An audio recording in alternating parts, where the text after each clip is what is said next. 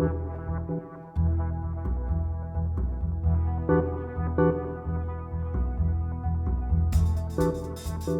I'm Randy Cantrell.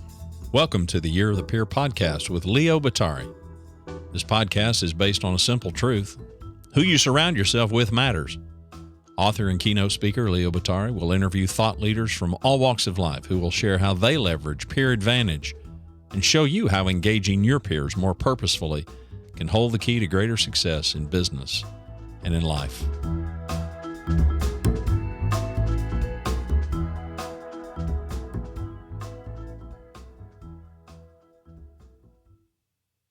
This week, our guest is Charlene Lee. Charlene Lee is the founder and CEO of Altimeter Group and the author of 5 books, including the New York Times bestseller, Open Leadership, and the co-author of the critically acclaimed book, Groundswell. She's a sought-after speaker and advisor to many Fortune 500 companies. She's a graduate of Harvard College and Harvard Business School and lives in San Francisco with her husband and 2 teenagers. Leo, let's get started. Well, Charlene Lee, welcome to the show. We're so excited to have you here today. Well, thank you for having me on the show. That's great. You know, part of course, what we're talking about all year is who you surround yourself with matters. And we think it really matters a lot. So I'd actually love to start with getting to know a little bit about how you got to be doing what you're doing and who are some of the people that influenced you along the way. Well, I became an analyst after operating for many years, and I sort of thought of it as taking a break because I had just had a child. And I said, I'll do this for maybe 2 years and then go back into industry. And I realized that I loved it. And to your point, the thing that really made it so wonderful was being at Forrester and surrounded by my peers who inspired me every single day. I was excited to go to work. And more than anything else, because I knew that they were intellectually curious, but also very open to my crazy ideas. In a fast-moving space where technology is, there are new things like Google coming up. And I said, this is the greatest thing. And people were like, well, who would ever pay for clicks? And so it was a very different type of environment and constantly changing. And having peers who had the same mindset was invaluable. Sure. And how does that kind of influence now, having experienced that there early on, how does that influence who you surround yourself with today in terms of where you want to go next? Well, it was the whole reason why I agreed to be acquired by Profit, because I was pretty happy at Altimeter. We were looking for some strategic financing. And then I met Profit. And after about 45 minutes, I realized I really like this company. And so even though I wasn't looking to be sold, I realized that there were a group of people here who literally were finishing my sentences. And again, I felt I wanted to be a part of this group because they could extend the impact of our ideas and our research into companies in a way that we could never do on our own. What's interesting also is knowing that you graduated Harvard Business School. I would imagine that much of what you experienced at Forrester was also really very evident at HBS, because even though you've got fantastic professors and great material, there's nothing quite like going to school with really top level students as well and how they raise everyone's game. I'd love for you to, maybe if there's any stories you can share with that or anything would be And I know you're a big fan of the case studies too and the case study method. Yes. I was choosing business schools, and I have to be honest, I was coming back from Europe. I was cold, and I wanted to live in California. I went and looked at Stanford, loved Stanford. But then I visited Harvard, and I realized that was the right place for me because it wasn't just the book learning, but it was also the social dynamics. Being woman, being Asian, being assertive, and figuring out how to be assertive and all the nuances that come with being an Asian woman. I needed a place where I could really test that. And I felt that Harvard was going to push me in those areas, but also be very, very supportive. And so I think I would have been extremely happy at Stanford, but it was like this crucible at Harvard.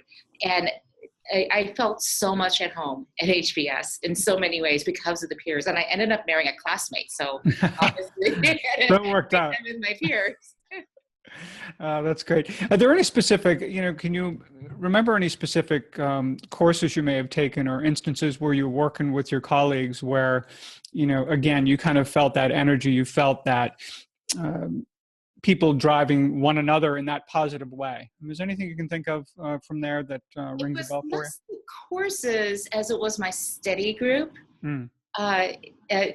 Two of us actually knew each other from college, and the third person came in. They were all part of the same section. And what was really great is we all had different aspects. We were highly supportive.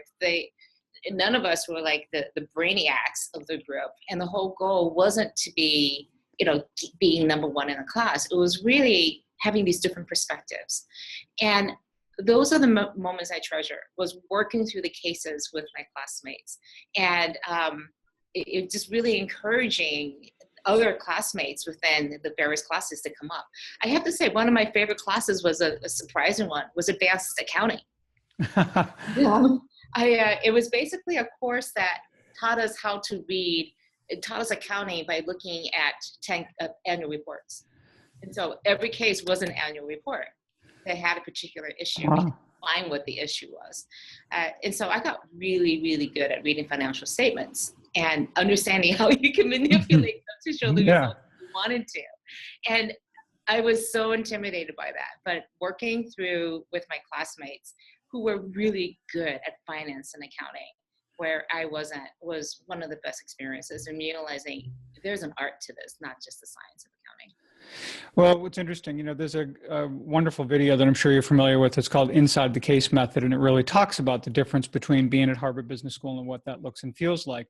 And what struck me about that was that when it came to, the 90 or so people, sitting in the room, that you all came there really well prepared. And not just well prepared for your own purposes, but because you felt you owed that to your other classmates, that you were all going to be there, you're going to be prepared, you're going to share all of those different perspectives that were there. And that seemed to me to add a real richness to the experience.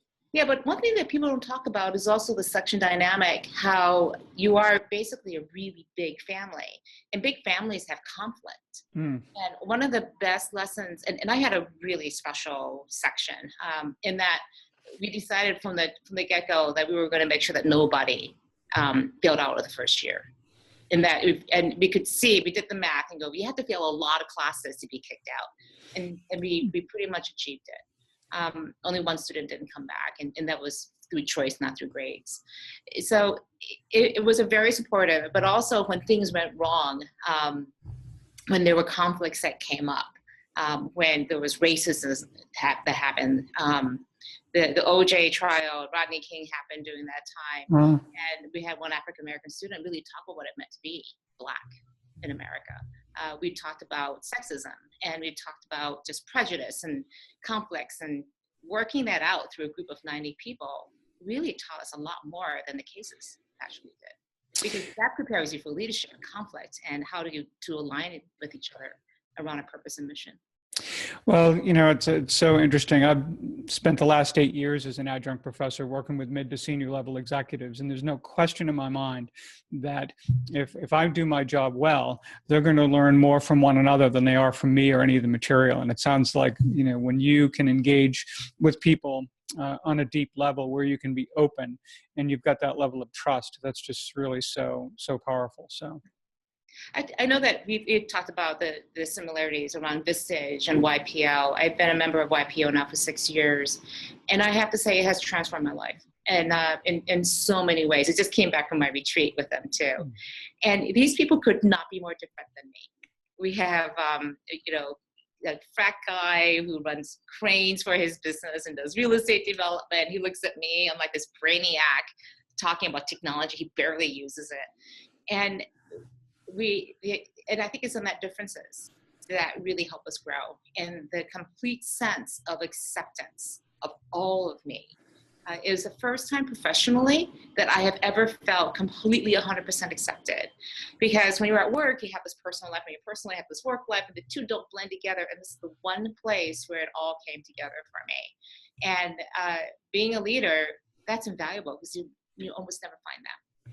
Well, I think that's a great point. It's why so often I think in terms of when, a CEO or business leader is considering joining a group like this, it's almost unbelievable to them that there is actually a place they can go and not always be putting their best face forward and their best foot forward in that way where when people ask you a question like, "Oh, how's it going today?" Everything's great. Everything's great.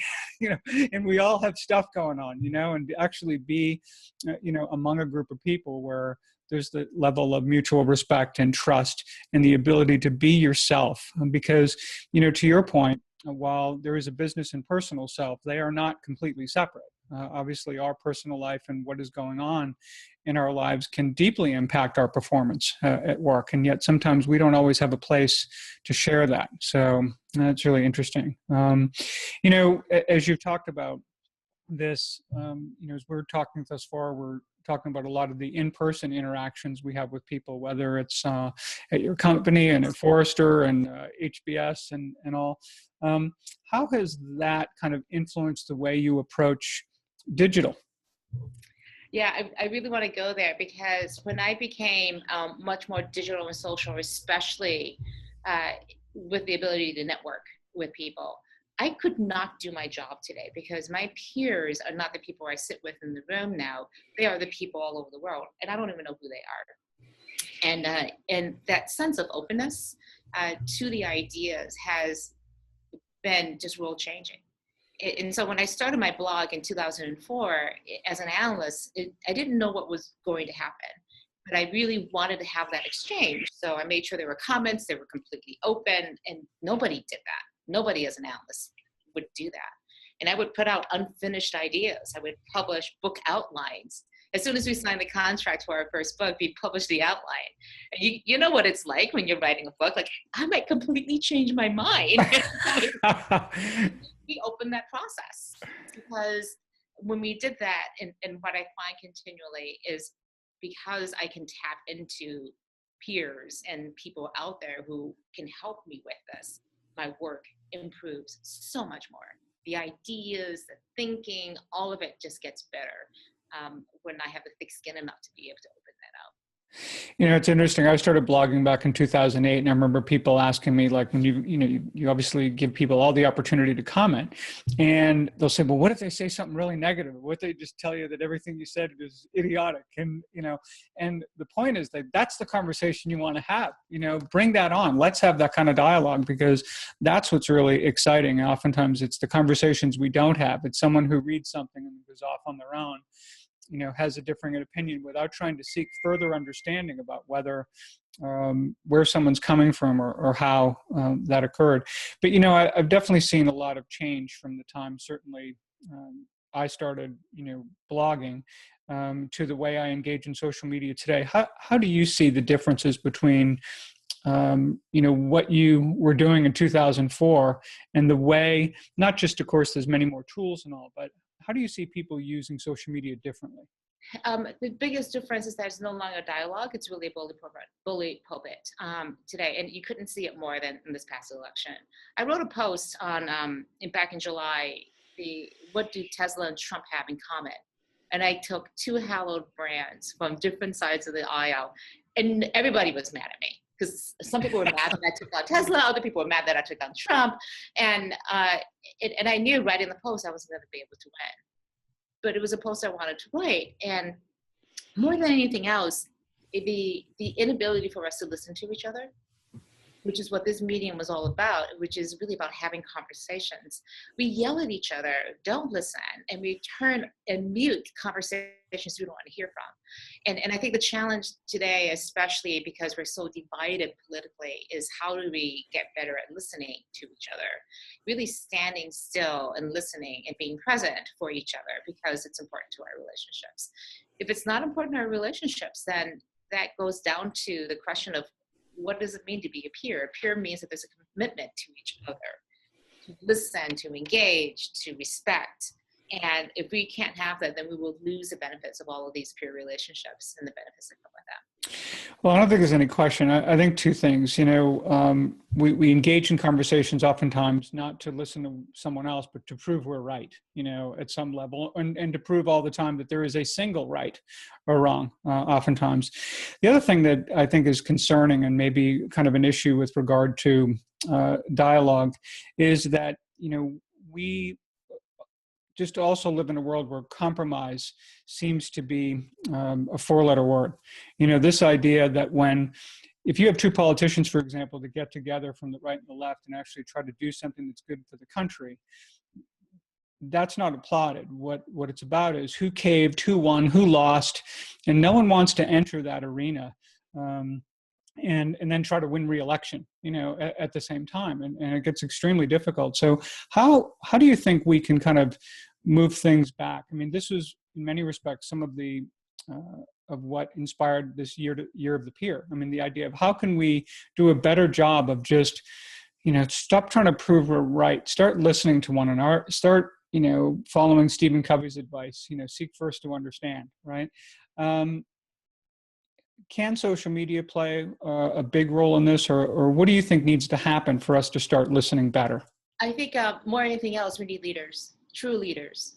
And this is what I'm talking, the post I'm writing about, which I'm tentatively titling The Leadership We Need Today. And it's less about the individual and more about us encouraging a type of leadership that starts with listening, because that is the source. I mean, it has historically, we know from all the research about great leadership starts with listening. And what we really need is for people, individuals, to lead in our daily conversations to say, wait a minute. There's a different point of view here. We should maybe listen to that. I hear you. I hear how upset you are and how passionate you are. But there are many different points of view, and we have to respect those. I don't have to agree, but we need to listen and respect that. In your most recent book, The Engaged Leader, one of the quotes that I really liked is that leaders, therefore, don't need to read everything. They need to follow and listen to other people who read everything, right? So it's this listening for understanding. But also, you go on and I think really create a model that's not only great for leaders, it's great for everyone. Certainly great for this podcast, right? If we really listen well, if we share and we engage with others, we've got the formula for something really successful. But I'd love for you to talk a little further about this idea of listening, sharing, and engaging, how they work together and how it can help us, I think, get more of the leaders that we're going to need today to foster dialogue. Right. And this came up from the question is, what does it mean to be a leader in the digital era? And I think of it as being truly engaged. So you are actively in there, and people will follow people who inspire them. And you have to have that engagement. And I do think it's listening to shape, listening to at scale, sharing to shape, and then engaging to transform.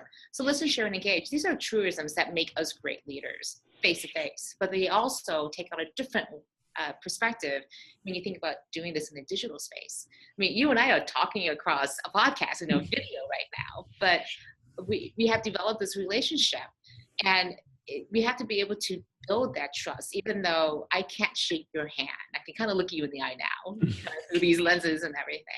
But how do we extend our leadership through these digital channels? So listening is a very different skill. Sharing takes a completely different set of skills also. And then finally, engaging can be really daunting when you're going across 140 different characters. And so I look at Trump in particular, who has done a fantastic job. I so many of the things that he has done and said, I disagree with, and many of his policies too. But from a leadership perspective, he created a movement, and he has done it. And he even says through the digital channels and extending his message to the people who are receptive to his messages.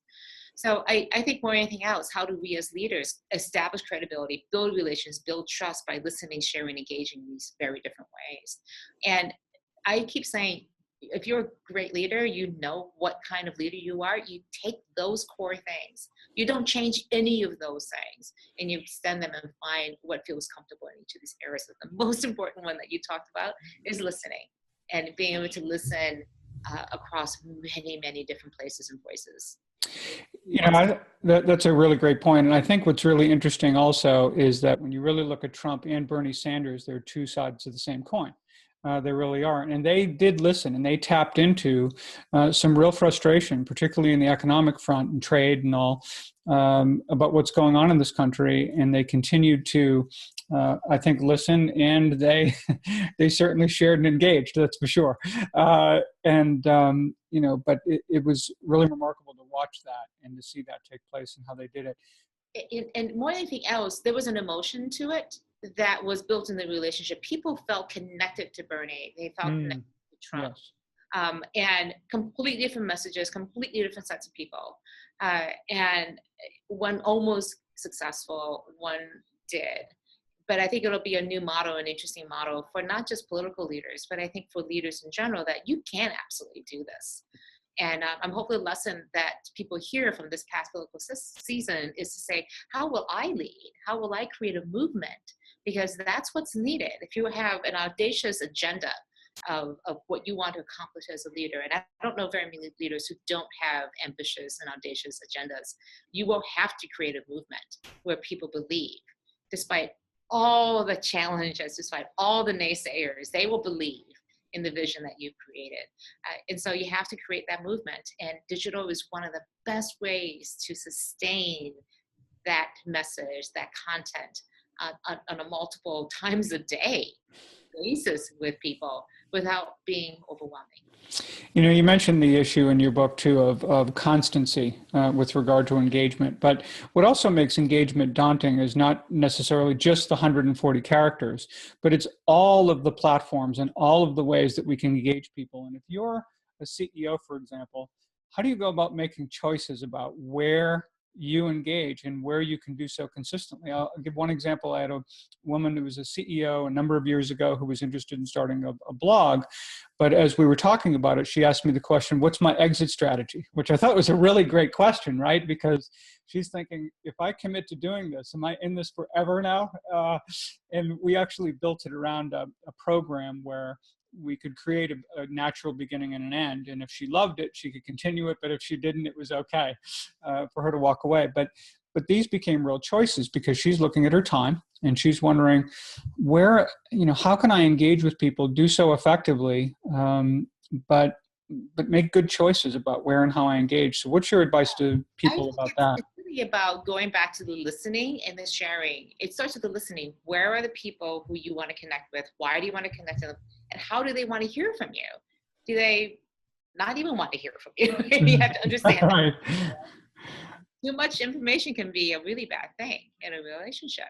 I look at Ginny Rometty, the IBM CEO, and she is not on Twitter. She hasn't been out there to be able to hear and respond, to hear people who want to respond to her.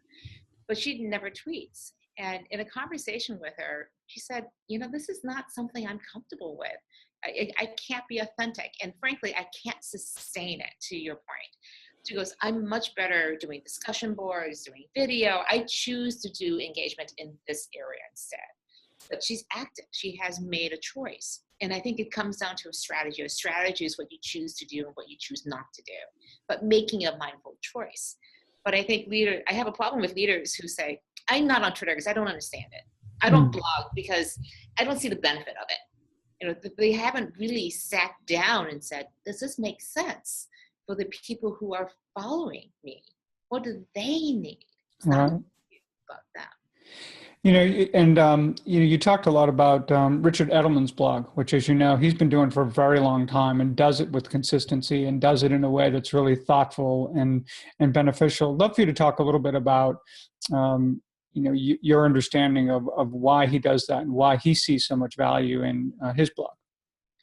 He sees it as his responsibility as a leader to convey what's on his mind, to share that with people. And to share what he's listened to across the board too. And he uses it as an engagement platform. He sees it as his employees. He sees it as his clients. He sees it as his peers in the industry. He knows he's a leader. He's an icon in the PR agency world. And so he feels like I owe it to the people who look to me for leadership and advice. I have to do this. So he sees it as, and I call him the Iron Man of CEO blogging and engagement. He's been doing this every single week since 2004. Right. And I've been blogging as long. I cannot understand where he gets the time and energy, and it's because he feels his obligation and his responsibility to have to do this.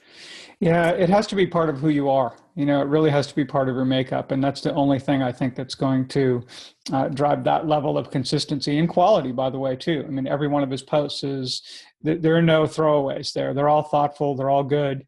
Yeah. What I love about him is that he puts so much of himself into him. It's a personal point of view. Even an announcement about them winning some award, he talks about how proud he personally is. And it's so clear that it's coming from him. Now, he's a gifted writer. And a lot of executives and leaders I talk to, I just don't feel comfortable writing. I go, well, you can talk, right? Well, how about a recording? Because I'd much rather hear you speaking or a video of you talking for just 2 minutes to give me an update. I want to hear from you, my leader, about what you're thinking about. Right. Exactly. Give me that gift. And it really is a gift that a leader gives to the people who have decided to follow them. And when you put it that way, it becomes much, much less daunting for the leader and the executive, because this really is something that is part of your leadership makeup. And the leaders who feel much more comfortable with this are naturally doing this in their day-to-day life as a leader anyways. And so to your point, it really is about the makeup of who you are as a leader. Do you do this on a daily basis, regular basis, weekly basis, where you share and engage with people? If you do, then this is a natural extension to that. But if you're a leader who really likes that power distance, tends to be in the corner office, be a bit more introverted, that's not necessarily the right word, but a little bit more cautious about kind of engagements, then this is going to be harder. Well, of course, you do a lot more than just blogging as well. Obviously, as the author of Groundswell and a number of other books, and what we're talking about here, with the engaged leader. I know you've got another book coming up. So why don't you tell us a little bit about that? It's a book I'm just beginning and working on, doing the research on it still. The tentative title is called The Disruptor's Agenda. And is looking at how do you create a disruption strategy. So less so about a particular breakthrough product, but I think every company is disruptive, is trying to be disruptive to create change. And the degree of that change, level of disruption, really depends on where you're starting from. So if you think about disruption as this range from 1, not disruptive at all, to 10, like off the charts, disruptive, right? Your company and organization probably falls somewhere in between. And the goal of disruption isn't just the sake of creating change, but to drive exponential growth, because otherwise, why do it?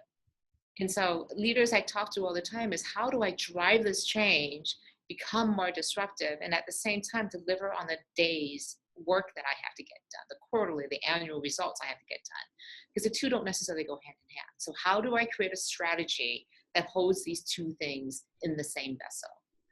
And the leadership that's needed to make this happen, and then finally the organizational capabilities to be able to be resilient in the face of disruption.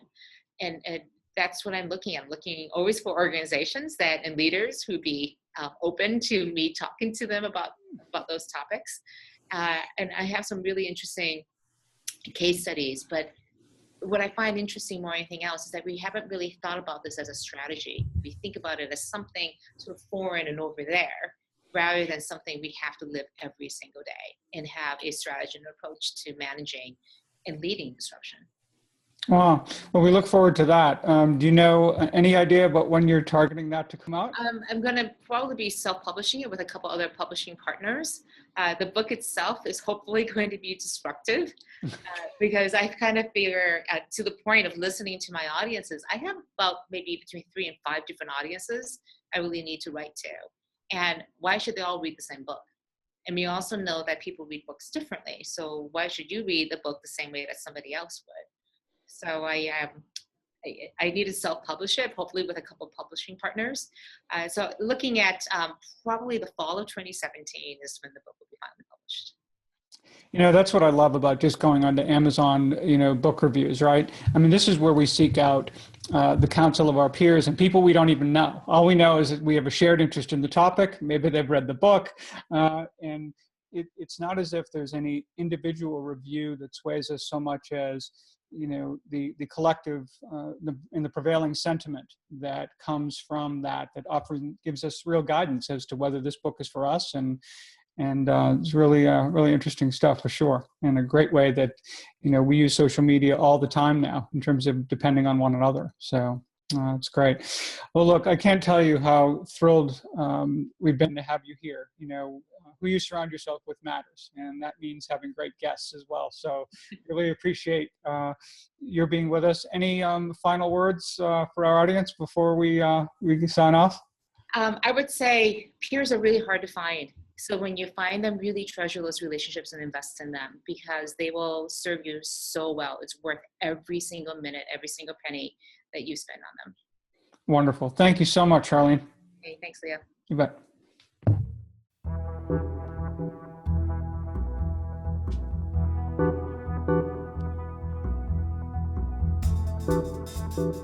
Thanks for joining us today. To learn more about Peer Advantage, to submit questions to Leo and our guests, and to subscribe to the Year of the Peer podcast, please visit us at leobottary.com.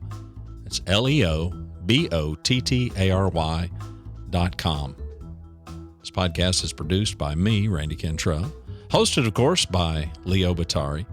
Music provided by Kevin MacLeod, Vibe Ace, licensed under Creative Commons by Attribution 3.0 license.